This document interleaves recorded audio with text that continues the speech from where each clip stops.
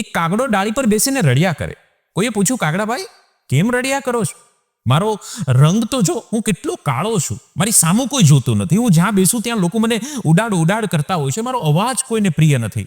આ હંસની જિંદગી તો જો કેટલું સફેદ છે અને કેટલું સુંદર એનું જીવન છે. પેલા વ્યક્તિએ કીધું, કંઈ માનો છો એના કરતાં હંસને જ જઈને પૂછી લો. હંસને કીધું, હંસ તારો તો રંગ કેટલો સફેદ છે, કેટલું સુંદર દેખાય છે અને તારું જીવન તો કેટલું મજાનું છે. હંસની આંખમાં પણ આંસુ આવી ગયા. પાણીમાં હું તરું છું એ લાગે છે, પણ હું નીચે ઘણા હાથ હલાવું છું, ઘણા હાથ ફેલાવું છું, ઘણી મહેનત કરું છું, અને મારા જીવનમાં તો માત્ર એક જ રંગ છે, સફેદ, કોઈ રંગ જ નથી. આ મોરને જો, કેટલો સુંદર અવાજ છે, કેટલો સુંદર એનો કલર છે, બધું જ ભગવાને એને આપી દીધું છે. બંને ગયા મોરની પાસે. કાગડો અને હંસ મોરને પૂછે, મોર તમારું તો જીવન કેટલું સુંદર છે, કેટલા સુંદર કલર ઈશ્વરે તમને આપ્યા છે, તમને તો રાષ્ટ્રીય પક્ષી બનાવી દીધું, તમારી કળા, તમારો અવાજ, લોકો તમારી રાહ જોતા હોય છે. મોરની આંખમાં આંસુ આવ્યા. મોરે કીધું કે સાચું દર્દ તો હું જ જાણું છું.